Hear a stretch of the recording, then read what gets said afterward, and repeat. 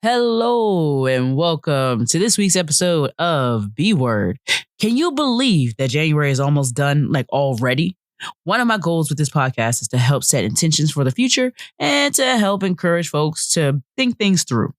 There are so many topics to address the foundation or the base of one's success, especially if we want to set ourselves on a solid path for a successful year. So I wanted to go ahead and jump in and talk about something that was instilled in me by my mother from a very early age and my father. So let's not discredit his contributions, but that is a budget, or as I'm going to call it, budget ting. So before we jump in on this topic, I want to go ahead and DJ, drop that beat for me.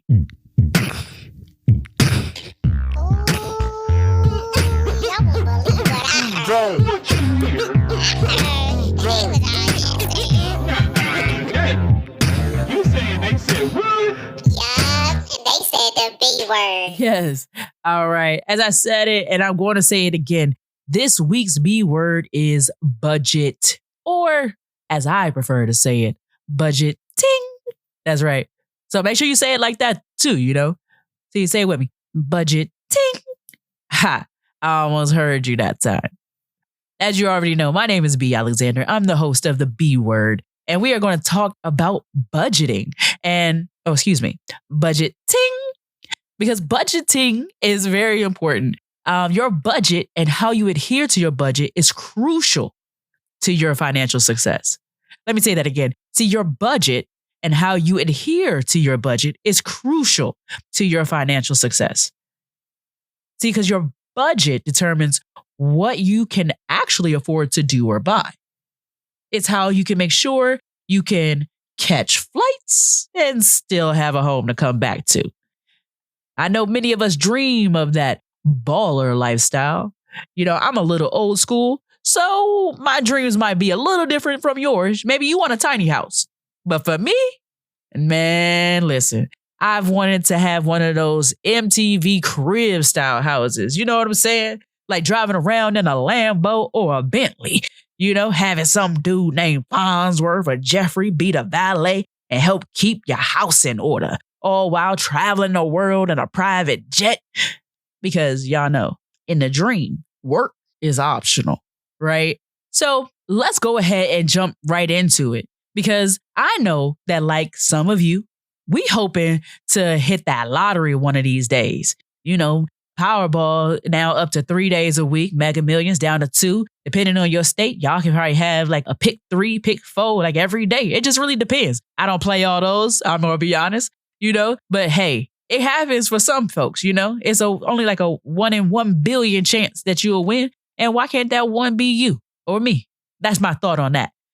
But until we are rolling in the money. Actually, matter of fact, not until we are, because this is really important even if you had all the money, okay? Because you still need to know where your money is going. Look, I'm no finance guru, but I am a person who is figuring it out so that I can achieve the financial goals that I have set for myself. I actually have no problem sharing with you the process, or my process, that I take in order to, understand where my money is going every month. So if you're a little old school like me, go ahead, grab a notebook and a pencil or a pen and be ready with your phone open to, let's say, your banks, your credit cards, or have easy access to these things, because we about to reveal the truth to ourselves. So I'll wait. You go ahead and hit that pause button.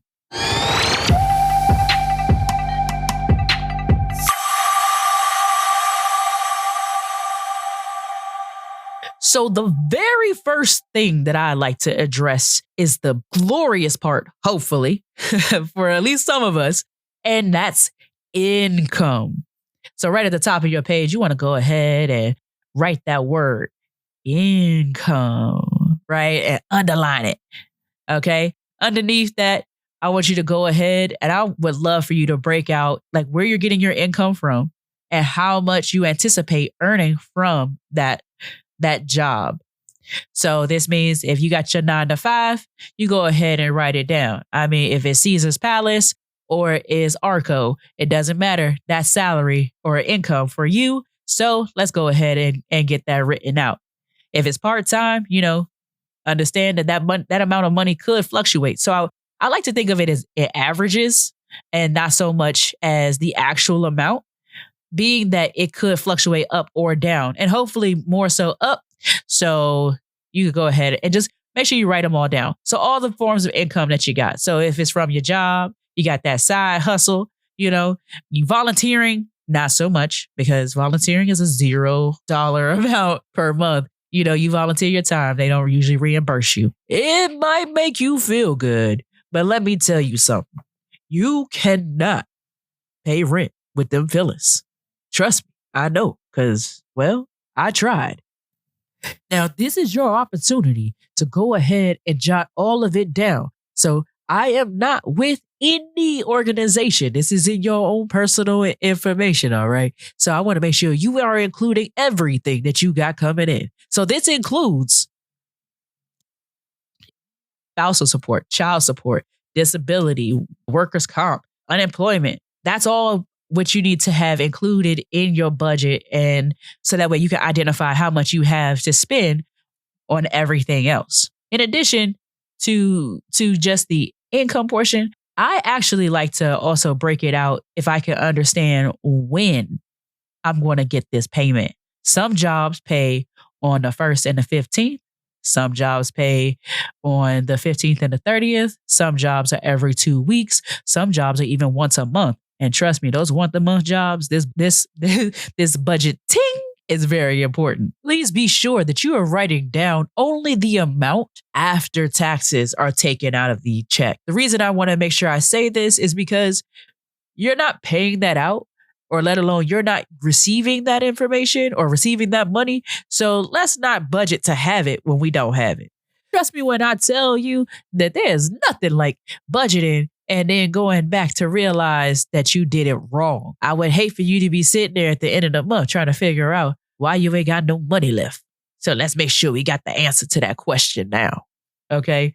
So go ahead and get all that written out, and you can hit pause before we move forward. But I do want to make sure that you get it all written out, and then right below or beside, I want you to add it all together. And so you can see how much money you actually bringing in, how much is coming into that bank account. But don't fall in love with it, okay? So understand, this is just what's coming in.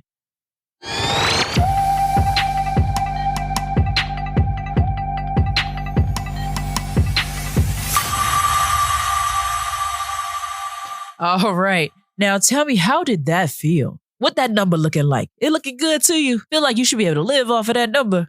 I hope so. Because right now, your feeling's about to get real hurt. And I'm sorry, but somebody's got to do it. So I want you to take a deep breath before we jump in, because we're going to get started with them expenses. Let's start off with the necessities. I'm talking about them bare necessities. Yeah, I know. I had to throw in that Baloo reference. Y'all know how I am about my B words. So those necessities, those things that absolutely they got to get paid. Those things. Ooh, let me tell you. So let's go down to the next line. Maybe create a little space in between. And on the same sheet of paper, let's create a new category. We'll label this one necessities. And this is where I want you to go ahead and identify the things that, let's just say, you can't really live without. They're the primary things that you have for your home. So that means we'll put your rent, your mortgage, because you have to keep this roof over your head, and you already know how much that costs regularly, right? And let's just say you don't know how much that costs. Well, now would be a great time to go ahead and log into your bank account or however you pay for your rent and your mortgage, and go ahead and label that. Get that listed out for yourself. This category is going to be a little bit different because I do want to make sure that you list out how much, who is going to, and what day is it owed. So that way you have an understanding of when that money needs to come out that account, okay? So again, that is, first column would be, who you're paying. The next would be how much you're paying. And the third would be the date you need to pay it. I personally like to list some other necessities a little separately, but if you want to, you could go ahead and include utilities in this section. If not, we'll finish up on that necessity of the roof over your head, tally it all up, and jot that over on the right-hand side or right below, and then skip down and create that utilities section. Same thing in this section. You want to include each of the utilities that you pay, how much you need to pay each month, and the date that it is due. Now, I had a little bit of a discussion with a friend of mine. We kind of disagreed a little bit on this one, but I believe that if you pay for the internet, this is where the internet belongs. I believe that the internet is a utility and not a luxury at this point in time. The government also supports this idea, which is why they created the Affordable Connectivity Program to make sure that kids all over the US have access to the internet and able to comply with whatever schools' standards are at this time. Again, under utilities, I would include the internet. Now, same thing, you want to go ahead and tally that all up, either right below or to the right of it, and get that number. Next up, we got some fun stuff coming. This includes insurance. All right. So for the insurance section, I personally like to break it out as a separate entity because although it is a necessity, you might be able to get this number changed. Like, hear me out. You have a car. You get car insurance for your car. Let's say you paying a lot. This is California. California policies are high. California policies are expensive. They are some of the highest in the nation. Oftentimes, when you are shopping for a policy, you get to choose who you're going to go with. You could go with any of the top brands or top companies, or you could go with someone that's smaller, depending on how much they offer you for the coverage and things like that. So to me, insurance should be separate because it is a changeable number. So that means car insurance, renters, mortgage insurance. If you are paying separately for health insurance, you want to go ahead and put that right there. I know that I actually get a little like tech protection package for insurance to make sure that if anything goes wrong up in my house, I want to make sure it can get taken care of. So I pay insurance for that. Now, you want to do the same thing for this section, and you want to make sure you have the entity, how much you're paying, and when you need to pay it by. Go ahead and jot that down.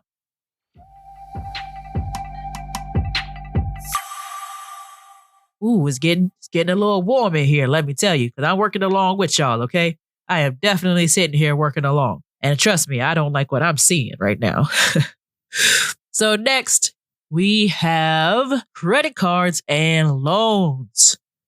See, the recent rebirth of the buy now, pay later has a lot of people scrambling to make ends meet. This is because they don't understand the agreement they are making in contrast to the amount that they earn. So before you swipe another credit card or set up another Affirm or Klarna, let's take a look at what you're already paying. Credit cards are different from the necessity group as they charge interest, and what you pay first applies to the interest, and then the remainder applies to the principal balance. See, check that out.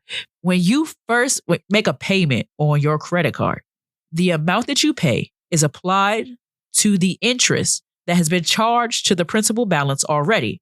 And then if there's something left over after you paid for the interest, then that amount is then paid towards the principal balance. That's why when you're looking at your cars and you're knowing you paid a lot of money already, it's not as much as you think because that amount is not applied to the principal balance. So this is why you have to be careful. You have to be careful when you're messing with those credit cards. I do want to shout out that the credit cards do us a great service. Believe it or not, they actually do us a great service because if you look at your actual bill on the printout, it will tell you some very important information. So it tells you like the name, the amount, how much is your interest currently, what's your bill, your balance to date. But also there's a box on that first page that will tell you how long it will take you to pay off this credit card if you continue to pay the minimum balance owed. That's right. It will tell you. And for some folks, that number is astronomical. But if you look right below in the same box, it may also tell you that if you paid a little bit more, how quickly that credit card will get paid off. So that could be a difference of 1 year to 5 years. You just never know. So take a look at that on your credit card statements when you get a chance, because that might come in handy in the future. Another important thing to note is the more you pay per month on your credit card, the faster you get it paid off. Just like I was just saying, it's not even just the faster it gets paid off. It's actually the less you will spend over time. Believe it or not, if you paid more, you would overall spend less over time. It's for the same principles that I was explaining before, that the amount that you pay first goes to the interest that was charged for the previous month, but then also the remaining is then applied to the principal balance. That means that when it applies the interest in the following month, it will have less to apply it against, and therefore there will be less interest paid. And each time you do that, the lower and lower and lower that balance gets, and the faster you'll get it paid off, and the better you'll probably feel because you won't have to pay them no more. At least that's always my goal. If you have any of those buy now accounts, you want to do the same thing as the credit cards. Again, I want you to identify the name of each lender, if you will, how much you still owe. So the balance on the credit cards, the balance of the buy now, pay laters, and the same thing with loans even, because loans should also go in this section. And then I want you to include the interest rate. Understanding what the interest rate can be very important as you're analyzing your finances. Then I want you to include the date at which you need to make each of these payments. And a nice little fun one on the side is the minimum payment. So this is the minimum amount you would need to pay to keep your credit card or your balance current. You know, we don't want nobody falling into collections over in this piece, okay? That's not what we're here to do.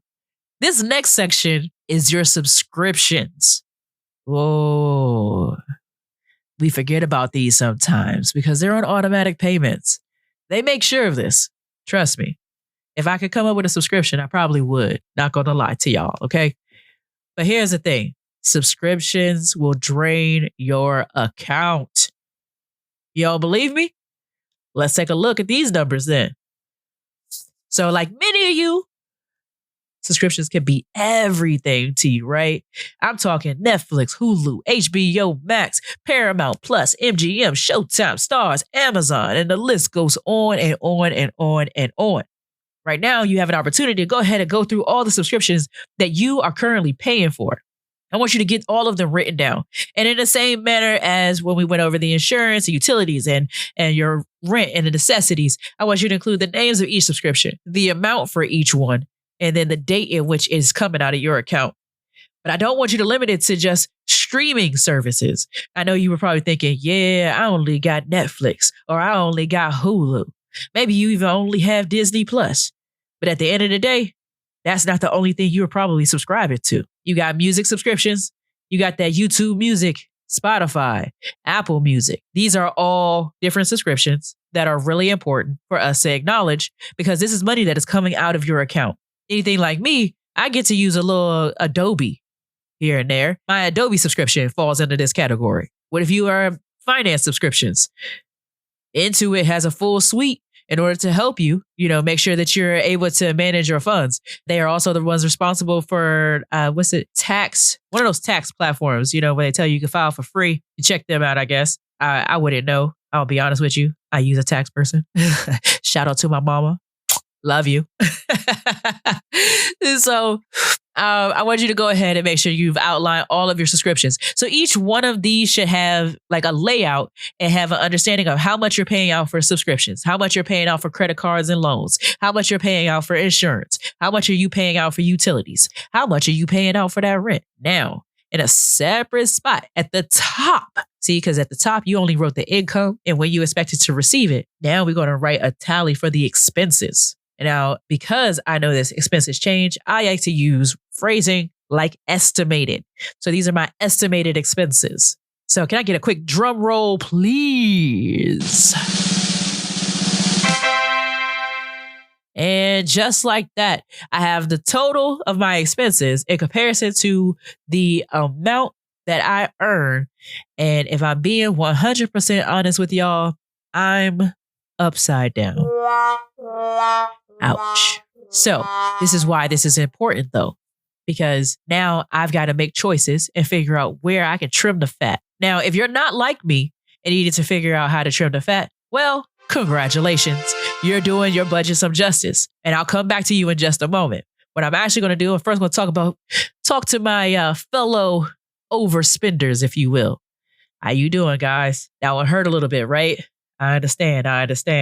So let's take a look at some things. Despite having been privy to some of the budgeting and personal finance from my parents and whatnot that allow me to know how to do this and how to review my own finances month after month, year after year, and in time for tax season as well, I am still human and I still make mistakes.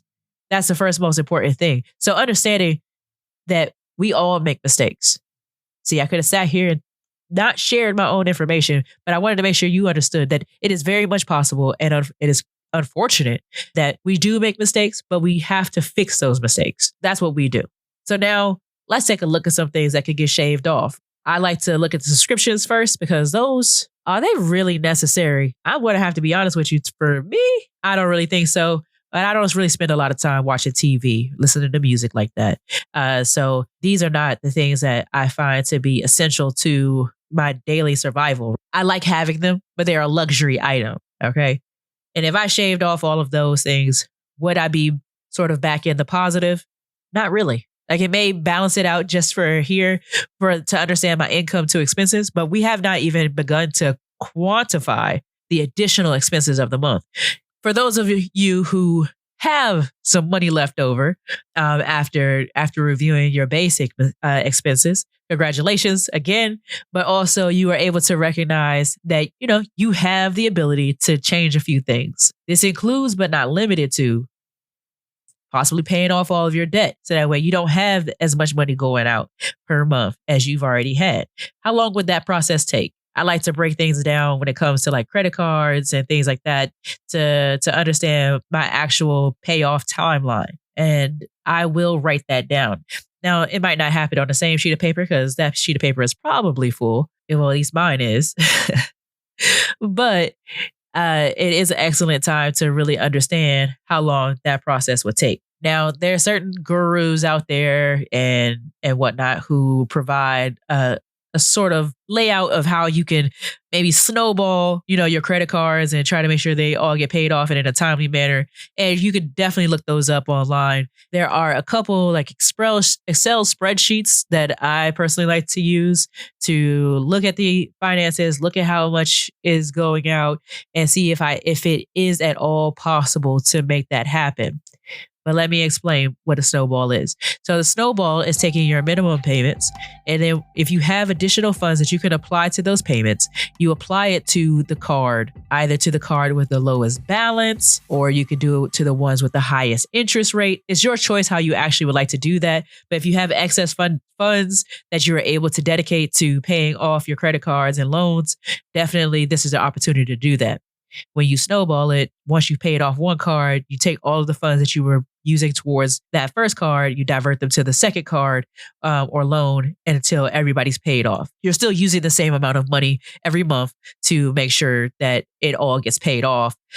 But also, I do want to say that if you are more so in line with where I'm at, now is also the time to maybe pick up a side hustle. Maybe find something else to do to bring in some additional income for yourself, because that's what we are responsible for doing. Because our numbers cannot remain like this if we want to continue to survive or make sure that we are paying everything that we have. I personally know where a lot of this came from, but I also know how to fix it. And I think that's what's also really important. And fixing it is really half the battle, because the next one would be to work towards that savings. If you got that money left over, you're not paying on credit cards, you're looking quite right, if you will, when it comes to your budget. Maybe you can pay for that vacation. Maybe it is time for you to upgrade your car if that's something that you would like to do.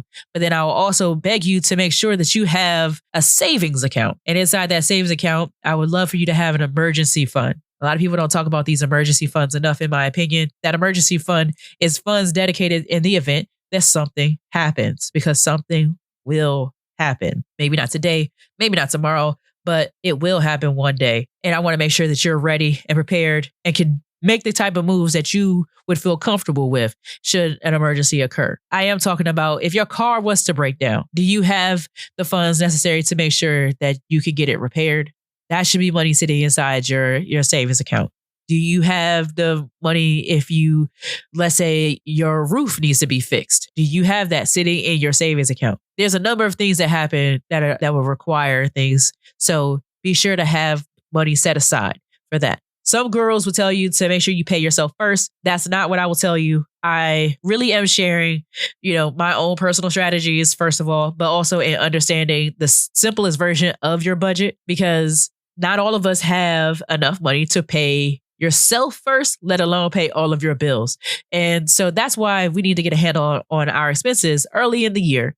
Because my goal here has been to set the tone for having a strong, successful year. And having a strong and successful financial year is a part of that. That's why we need to get this handle on it pretty early. So that way we can make the changes and not looking to try to fill the void halfway through the year when you're already 6 months behind. We don't want that to be the case. Let's set a tone to make a difference in our financial futures by prioritizing our financial health. Let's build a savings account. Let's have that emergency fund. And you know what? Let's save for that dream vacation, that dream house, or that dream Lambo if that's something that you really want. But to do all of these things, you have to know what's going on. You have to know what's coming into your account and what's going out. It's not easy, but I know that it is doable. So let's do the work to be our best financial selves. Thank you again for tuning in to The B Word. As always, this is your host, B. Alexander, bringing you the best vocab jab podcast that there is to offer with The B Word. I welcome you always to connect with me on socials at @I am_B Alexander. And until next time, I do ask that you be kind to yourself while being yourself, and better yet, being your best self. You